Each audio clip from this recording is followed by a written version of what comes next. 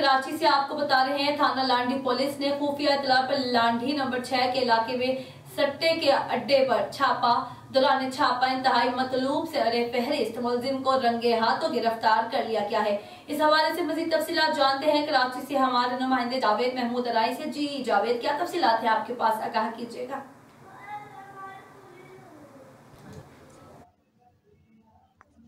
जी बिल्कुल, थाना लांडी एसएचओ वकील खान ने पुलिस पार्टी के हमरा खुफिया इत्तला पर लांडी नंबर 6 के इलाके में जुए व सट्टे के अड्डे पर छापा मारा गया। दौरान छापा इंतहाई मतलूब सरफहरिस्त मुलजिम को रंगे हाथों गिरफ्तार कर लिया गया है।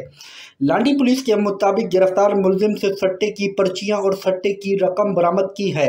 लांडी एसएचओ वकील खान के मुताबिक गिरफ्तार मुलजिम की शनाख्त एम वहीद उर्फ गुड्डू के नाम से हुई है।